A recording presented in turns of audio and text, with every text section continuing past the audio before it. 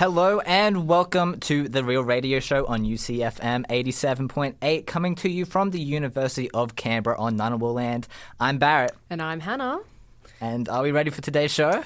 I think we are. I think we've got a pretty exciting lineup of stuff on today. Do you have anything in particular you're looking forward to, Barrett? Well, we've got an interview with Bonnie, which I've just got confirmed. Thank God, I was getting worried there.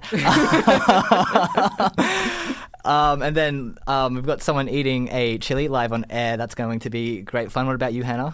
Oh, well, for me, I think Keenan Te is a pretty big highlight for me. He's going to be calling in later in the show today. And yes, there is a chili thing that's going to happen that's related to Riddle Room in Canberra. We did a bit of an escape room challenge, but more on that later. So we've got lots happening on today's show. We have a live interview with Bonnie Brewer, Barrett's Eternal Judgment, a mystery song from Keenan Te, and a thrilling escape from Riddle Room. Send us a message throughout the show on our text line 0415 774 405. You can stay up to date with everything UCFM by following at UCFM_87.8. And if you're not already, tune in on iHeartRadio to listen to UCFM wherever you are. This is The Real Radio Show. We're going to start where we finished last week with my Eternal Judgment, talking about this week, who is Genesis Owusu. Now, this one was recommended to me by my good friend Tom O'Halloran. Tom has loved him for ages. Trying to find my notes. This is great radio. But pretty much Tom has loved Genesis for his whole life, and I was able to talk to him about this a little bit. He was telling me that he loves Genesis Owusu so much because of the wide range that Genesis offers with his music. He has that mix of punk, hip-hop, funk, and a bit of soul, and also the community that Genesis has been able to build here in Canberra and all around Australia. And he thinks that the combination of the mentality and the music of Genesis Owusu combined is what helps to make him one of Tom's favourite artists that he's ever listened to, and what he thinks to be one of the brightest talents in all of Australia at the moment. And for me, I can kind of agree with where he's coming from parts of this. I've been able to meet Genesis twice, strangely. So once he went to St. Mary MacKillop College, which is the same college that I went to, and our principal actually got him in there to talk to us once, which was an interesting experience. What was he talking to you about? I don't know, we were like at the assembly, and he was up having a chat with the principal about everything, and then like students could go up and ask questions. There was this one student, like the one that everyone's like a bit, this guy about this got guy. up and like went to go ask him a question. The whole literally everyone groaned in the assembly. And poor Jonas is like, what was that about? But also just other things that he does. When he was releasing his song Death Cult Zombie around Halloween time, he was doing this thing where he was in this alleyway, I guess you would call it, in where we Chisholm, and Tom made me go all the way to Chisholm with him so we could meet him. He was dressed as a minion. He was giving out lollies and promoting his music, which was a really interesting thing to see. You don't really see artists do that, and I guess because he is so local, it's something that he adds to that. And also, he's a KFC song guy, so, I was gonna say, what's not to love? I hate to be that person. That is actually where I learnt about his music from. A very fair point, I would think. But on to what I think of his music. Firstly, hip-hop is not my style at all, unless you count Lin-Manuel Miranda as hip-hop, which... Oh my God, Parrot. I mean, maybe, no, not at all. Oh my God. But it was very interesting to me, I found, and they, like Tom was telling me, there is definitely that wide range between his music that you can very easily tell, and you can very much tell like how much thought and effort he puts into the music he makes. However, with the first album, I really liked. Second album, not so much again. Yeah. It seems to be a trend. There is a trend. I know. Canberra artists can't write a good second album. Whoa! No, the second one was still good though, but I'll talk about the first one. The first one I found he was really able to kind of follow a theme and tell a decent story in the album Smiling with No Teeth. He was able to tell that consistent story about struggling, and through like a very wide range of different styles of music. He'll go from his more traditional, what we expect to hear from Genesis with his hip-hop songs, to those more kind of funky and soul type of musics, which catch you off guard a little bit, but I think in like the best way possible. Whereas when we go to that second album, again, very similar to what Teen Jesus and the Gene Teasers did, he does kind of fall into a very similar sound throughout that album. But I don't think it was quite as bad as the Teen Jesus one. I feel like he more was able to find his own sound through this, and like he would like kind of branch out a little bit into these different genres, but you could still be like easier identify that song as a Genesis song, which I think can work in his favor, and I think it did in this album. I do still think the first one is better. The second one, not quite as good, and the third one's coming out pretty soon as well. Tom told me that his favorite song from Genesis is What Comes Will Come, which I agree is probably one of his top 5 songs that I've listened to. I did quite like it.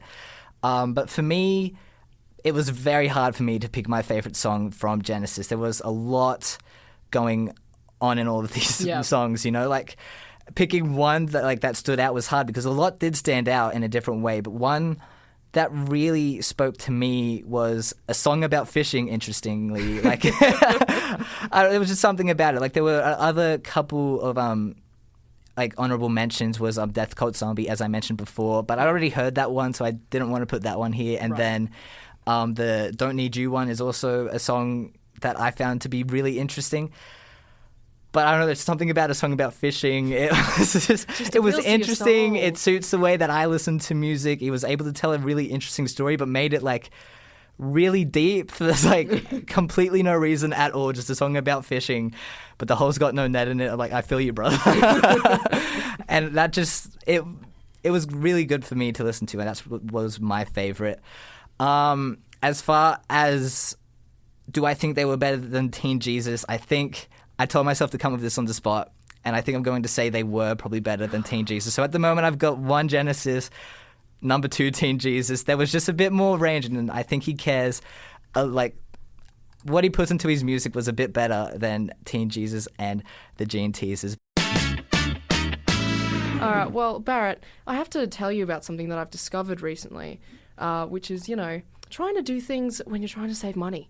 So, Barrett, I don't know about you, but the cost of living pressures are getting, tighter and tighter. It's harder and harder to, do stuff with your friends when you're on a budget. You can't go rock climbing because you have to pay for rock climbing. Can't go to the movies. You have to pay for a ticket.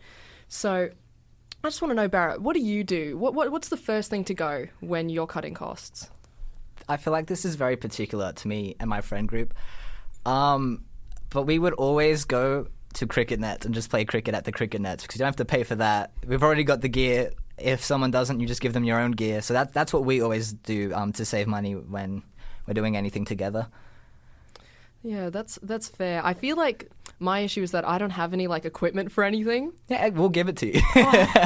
You gotta love that sense of community. Well, Barrett, I actually have a clip from someone I found on Instagram who had a list of ideas, and I thought we'd give them a bit of a review. Sure. So this is from Lauren Fozzie. The Lauren Fozzie one. Otherwise, listen, technical difficulties. But I believe some of the ideas that she mentioned was, going out to art galleries, or one of the things, I don't know if you've seen this online, Barrett, it's where you go on a walk and everyone has to choose a colour. And while they're on a walk, they have to get a photo of a bunch of different things of that colour. And then they come together at the end and they, reflect on it. Does it, I found a tree that was green, does that? Yeah, you could do that. You could, I think when people think about those challenges, they don't think about Canberra as much, because Love and Light, I don't know if I'd describe us as a very colourful city.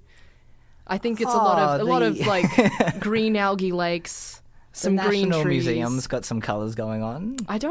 Would they allow you to just walk around with a digicam in there, though? I feel like that's kind of... The outside, the massive banners. Is that what they call it? You'd have to walk a fair distance, I fear, on the National Triangle before you ran into some unique colours. But other ones were that you'd make like a little mini bouquet. But again, you'd probably need some natural flowers for that, which I don't know if we're going to be having until Floriade comes a little bit later this year. There's too many flowers there. Don't they have a thing, though, where on the last day you're allowed to take them, or am I incorrect? I have not heard of it, but also I'm not the biggest Floriade fan in the world. You're not a Floriade guy? Too many. They're all just tulips, and there's too many people. The Ferris wheel is cool, but outside of that, no. They got some good themes, though, every once in a while. I think last year we had a science theme, and they had like all the flowers arranged to look like a cell or something. I do love. They have like the cups you can get that are like the picture of like the Canberra bus stops that all look the same. You can get that as a mug. That's cool. That's as far as our what would the word be? Patriotism for Canberra goes. Love our bus stops here. Well, if you have any fun budget-friendly outings to recommend, hit up our text line at 0415 774 405. Now, guys, we have a very special guest on the line, Melbourne musician Keenan Te. Keenan has established himself from a very young age as an exciting voice in the music industry, with his song capturing millions of views across the globe. Keenan, thank you so much for joining us today. Thank you so much for having me. Beautiful. I'm so glad the phone line is working.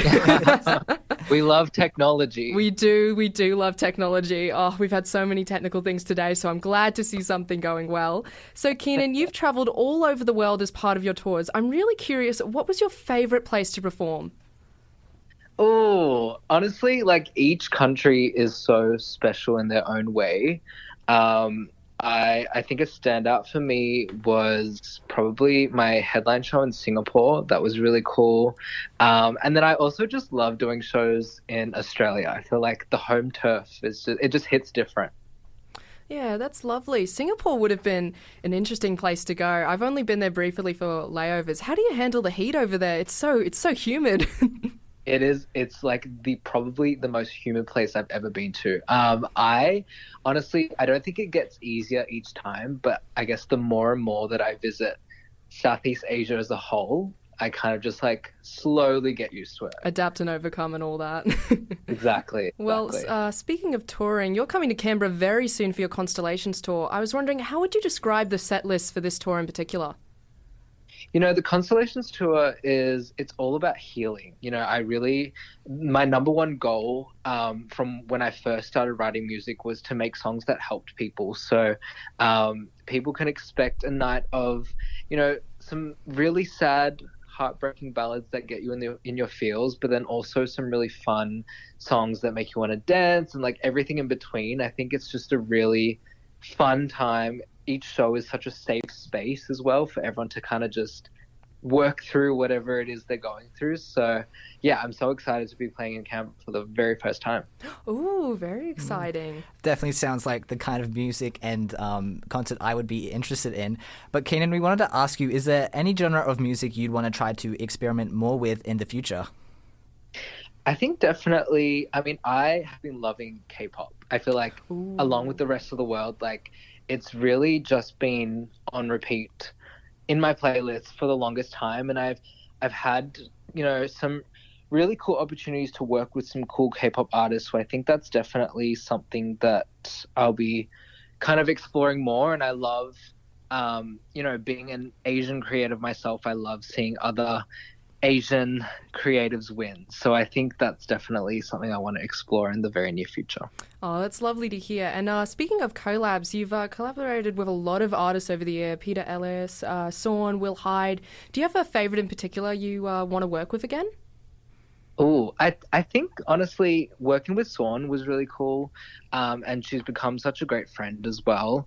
I had the privilege of writing her entire album, so that was a really cool process, and it was cool to kind of get out of the driver's seat and kind of help her kind of, tell her story and help her steer the wheel. So I think that's definitely something that I would love to continue doing. And she's such a good friend. Yeah. Something we love to continue doing on this show is asking artists, Keenan, what is the strangest experience you've had while touring? Ooh. I have had some interesting. I think one thing that I'll never get over is like when people want me to sign like their arm or I've signed a forehead. Like just very random body parts, I guess, because they're not prepared and they don't bring like a photo or like a notebook. But I've definitely signed like foreheads. I've signed shoes, legs. Yeah, I think that's always something that kind of just trips me out. Like I can't believe that, and I'm so grateful that there are people that care about me and my music enough to want me to sign their forehead. It's a very, very sweet notion, honestly. I think I'd be a little bit scared having to do my handwriting on someone's skin. I'd be a bit too overly conscious of mucking up. But yeah. Keenan, a lot of your rise has come from your use of social media over the years. I was wondering, how do you feel about how important social media is becoming to musicians' growth? Do you see it as an opportunity? Is it a bit daunting? I think, I have mixed feelings about it. I definitely see how social media is such an amazing tool that musicians can use, and being independent myself, like it's really helped me with connect with people all around the world, and I think it's so cool. At the same time, like there are some very interesting people using social media, and it's also, it's a scary thing to put your music out to literally anyone can view it and comment on it and all that. So I try to take like social media breaks and like phone breaks, but I also definitely see how useful and important it can be as a tool. Yeah, of course. Exposing yourself to anyone is really scary, much less with how large social media is nowadays. I also wanted to ask you, we hear a lot about inspirations from artists, but I was wondering, what's your biggest art block that you've had to overcome when writing music, and how did you overcome it? I think, sometimes when you write so many songs, I feel like I'm telling the same story over and over. And I think, when I started collaborating with different writers and producers from all around the world, I was really able to see the same kind of feelings but from different perspectives, and I think that was really cool, to be able to collaborate with writers that I've listened to their songs growing up, for example, and like that's a really cool moment. So I think collaboration has been something that's really helped me stay creative and also maybe attack songwriting from a different lens. Right. Awesome. Well, Keenan, we had one more question for you before you go. We wanted to know if you had any big resolutions for this year with your music. Ooh, with my music. Well, I'm putting out my first album this year, which I'm really excited about. And I feel like it's a new chapter for me. I've released a lot of heartbreaking, sad ballads, and we love the ballads, but I also am very excited to show a more fun side to my music and to my artistry. So yeah, I'm really excited to show everyone that kind of more upbeat side of my story, and yeah, my first album. I'm so excited. Well, congratulations, Keenan. We hope that the album launch goes really, really well. And thank you so much for joining us today in the studio. For those of you listening, if you haven't already, head to Keenan Te's website to purchase tickets for Keenan's Constellation Tour coming to UC Hub live on the 24th of April. We are now joined by our very special guest from the Brumbies, Bonnie Brewer. Bonnie, welcome. Hi, thank you. Thank you for having me. Thank you for coming in. So Bonnie has been with the Brumbies since 2024, playing for their Next Gen Sevens team. She's had 3 first grade games with the Brumbies, and today she is in UCFM on the Real Radio Show, the true one. Yeah. So firstly, Bonnie, I wanted to ask you, a week ago today, the Brumbies training squad was announced, and you were on the cover photo. I want to ask, how did that come up? I put myself there. No. No, I actually don't know why it came about. Obviously, I am very talkative and put myself out there. So I think they just know my personality now. And I don't know. I was just a lucky choice, I guess. Definitely means you're going to be in all the first grade games this year. Let's hope. Fingers crossed. Now, on a more serious note, last year you suffered a very severe fracture to your collarbone early on in the women's season. How did that affect you as a player, especially with the women's seasons being so short? Yeah, honestly, that was a hard time. I think too because I don't necessarily respond to pain like regular people do. So it actually took them a while to find out that my shoulder was broken and it wasn't actually just something a little bit less serious. So yeah, first of all, I had that first game where it happened and I worked through it. They thought it was just a grade 1 AC. Which so did I. And we worked through it like it was a grade 1 AC. I was still training, I was tackling, I was everything. And then it wasn't till we got 4 weeks later and we went, why isn't this getting fixed, that we actually went for a scan and found out it was broken. So I didn't necessarily process it as a usual injury straight up because we didn't think it was as serious as that. But definitely it was really, really hard to go through that season, obviously after making that first team and then my body not being right the rest of the season. That's hard for anyone. So, yeah.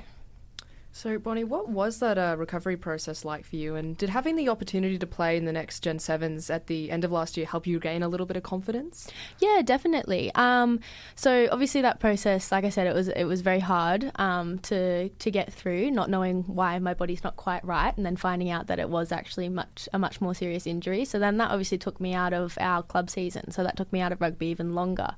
So yeah, it wasn't really till that next Gen 7s time that I was back and I was really getting into everything. But any rugby, and especially at elite level, that elite sevens and playing alongside and against Aussie sevens girls, like that was amazing for my confidence, not only with rugby, but from an injury standpoint too. So yeah, Next Gen Sevens has been an amazing thing that they've added.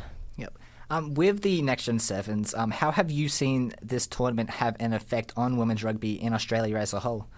Well, I think sevens is such a fun game, right? Like it's 7 girls on a field on each team, so 14.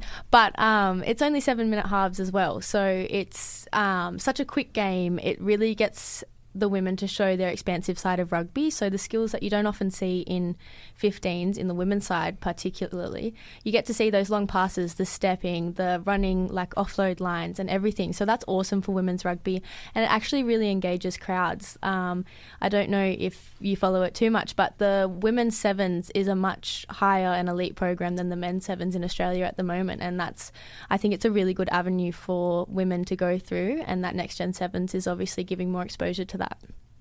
That's lovely. And on that note about growth and everything, how have you seen yourself grow over this past season and this current one that we're looking towards? Yeah, I've grown a lot. I mean, every year I'm in the Brumbies. It is such a good environment, obviously being surrounded by Wallaroos and Aussie Sevens girls. It's really good to get experience alongside them and just learn from them and grow. And I have grown immensely, even in the last 6 months, from injuries through to playing sevens and learning more about the sevens game, which actually goes into my 15s game as well. So I've grown so much. I am so much better experience now, and going into this season I'm probably in the most comfortable position I ever have been. So yeah. Well, it's great to hear. Well, I've got a bit of exciting news. So next weekend on April 12th, you'll head to Sydney for the finals. What's the team environment like heading in? Yeah, we're pretty pumped. Obviously, this season's been a bit slow for us in terms of sevens.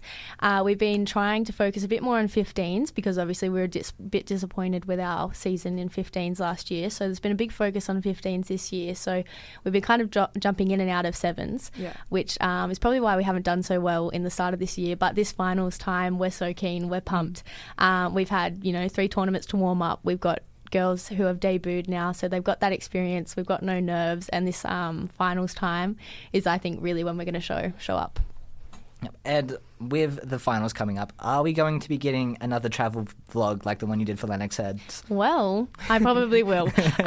No, honestly, I probably will. I love doing that one for Lennox Heads. That was a request from Brums, but honestly, and I do have to say it was one of their most interactive videos, so I'll take credit for that. But no, I probably will do it because it is such a good experience, and it gets like people to see the side of the game that others don't, and also a women's side of the game. So yeah, you know what? Why not? Yeah, I think a large part of sports is, a lot of people like to have access to the athletes and sort of, get to know them personally as well as on the field. Yeah, definitely. Yep. And for our final question of the day, Bonnie, the Women's Super Rugby tournament starts in June with the Brumbies' first game being against the Reds on the 7th of June. After a tough year last year, how is the team putting that behind them and looking to improve this year? Oh, look, honestly, I think the lucky thing with the women's game is we can put it behind us because there is so long between those games, right? Obviously, we're not putting it fully behind us. That's our fuel going into this season.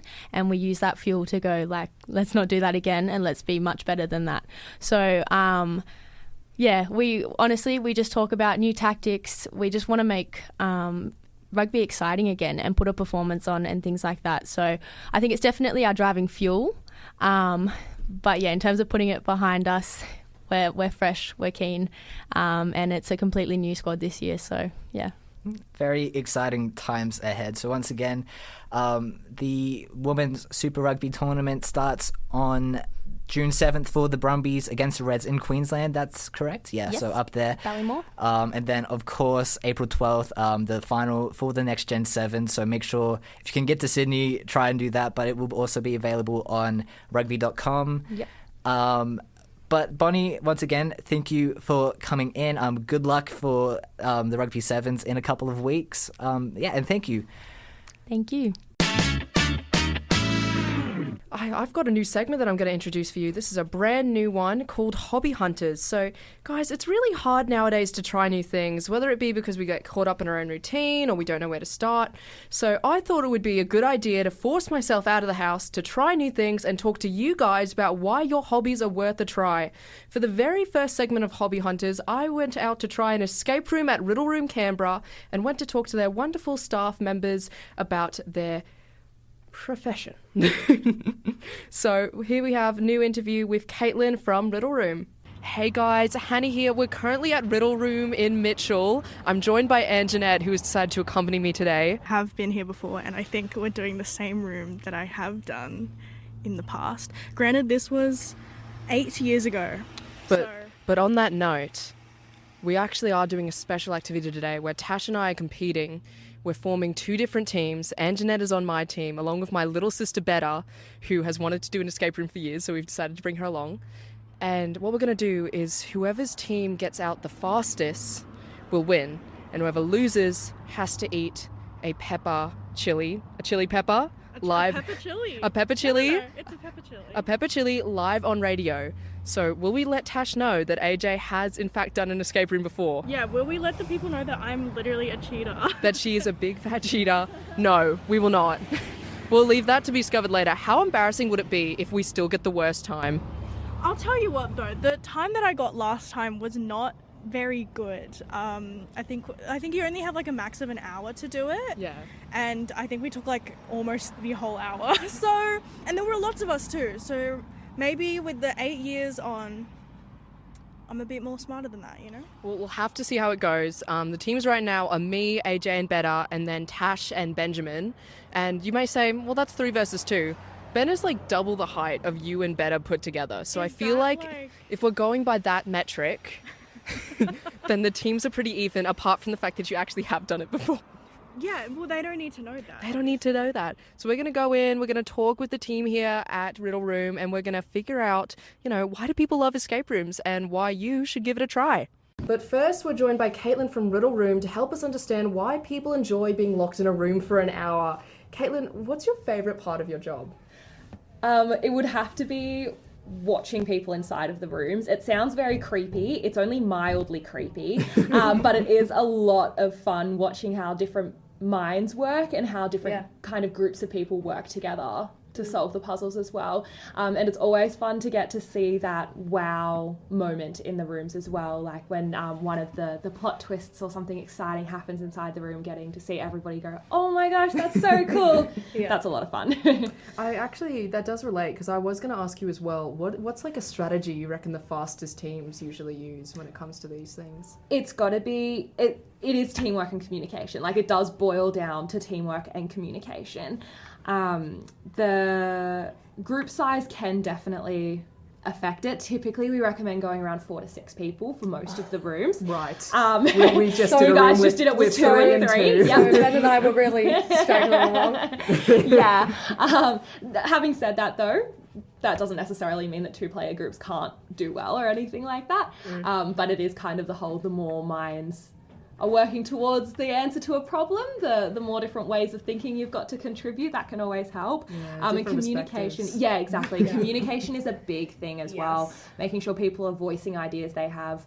Sometimes the silly and weird ones do actually end up being the answer, so it's always worth giving something a try, and worst case, doesn't work, we laugh at you and we move on to the next one. So, Nice. And speaking of watching people, what is the funniest thing you've seen happen in an escape room? I've been here for 5 years, so I have seen a lot. And I feel like there's different kind of levels to the funniness of things that happen inside of the rooms. Like, I'm thinking one of the coolest things that happens is we get quite a few proposals, like marriage proposals actually. So we do, I know, it's adorable. We can do custom puzzles. So if you want to propose to somebody, it happens quite frequently. Like, I'd say we get probably 5 a year or so. Oh, wow. And we can do custom puzzles inside the room that lead to some sort of clue answer that is I love you, and then it kind of leads into a proposal moment, which is really gorgeous. In different ways. No, I know, right?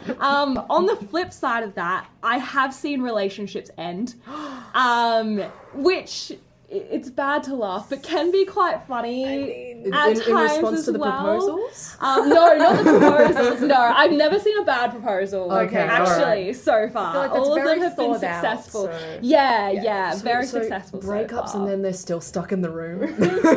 Like halfway through, or like halfway the end? through. Oh. Yeah, we've definitely had groups leave halfway through, just have like a massive fight in the middle of it, and then walk out and go, relationships destroyed. Oh yeah, that happens, which I guess isn't funny, but it's still kind It of is a like, little funny, it's a little bit funny. I mean, it feels like it's one of those things where it was building up before. Yes, that's like, it always wasn't the the case. escape room, it was we're in a room together. Exactly. It was the It's catalyst. Communication. It's that whole, this is exactly what happens at home and you don't listen to me kind of thing that happens. But yeah, I guess on a more funny note, we do get a lot of just silly, like, we encourage people to try any idea that they have, which can lead to some funny things, as you can imagine, can happen.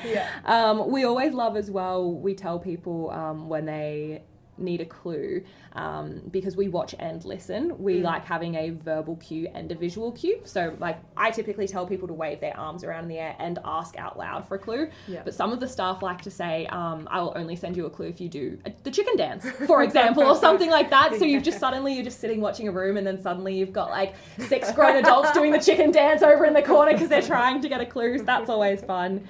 Note of the romance thing. Oh, yeah. We actually were going to ask you, we've seen a bunch of people suggest doing an escape room as a first date idea.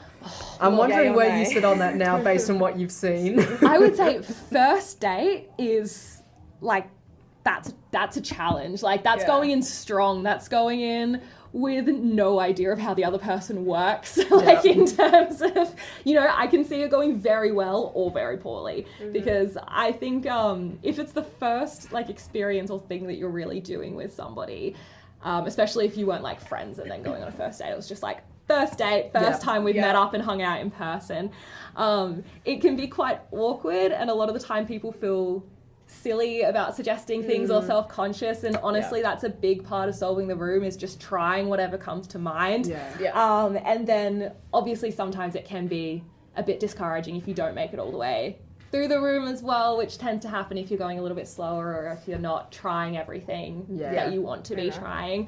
I would definitely say it's a great test of communication. Like, it is an excellent way to test if your own communication styles and how you work in a group with other people as well. So we get a lot of like corporate bookings. We recommend it for team building, team bonding experiences and stuff like that. But first dates can be a bit of a 50-50 depending on how it works out. I feel like it's a very quick way to see if you're compatible. It is. That is, it is very true. That is true as well. But I feel like, if you're doing it as a first date, you have to be willing to really give it a go and really just go in and try whatever comes to mind. And yeah, give it your 100%. It's a good analogy for relationships in general. That is very true. That is true. On that note, if you were trapped in a room with anyone, who would it be? I mean, I'm a soccer player, so I'm currently obsessed with Mary Fowler. So if I could trap myself in a room with Mary Fowler for an hour, I think that would just come straight out of my dreams. But although having said that, I don't know if you guys are Matilda's fans. Oh, I went to the final Hannah the was other there. week. We have had Michelle Heyman play our room, play the dungeon before with her partner. Oh my gosh. Look. No.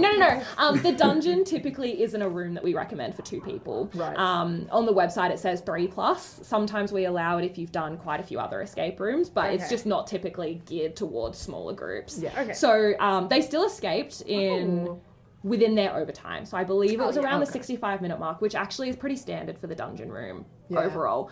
But they worked very well together. Like, that was a matter of, like, teamwork was This whole segment point. is just turning into promoting escape rooms for Literally. new couples. I mean, yeah. I mean, give it a go. Why not? Yeah, absolutely. Based on the vibes that we've given, who do you think would have escaped first? Me, Hannah, or Tash?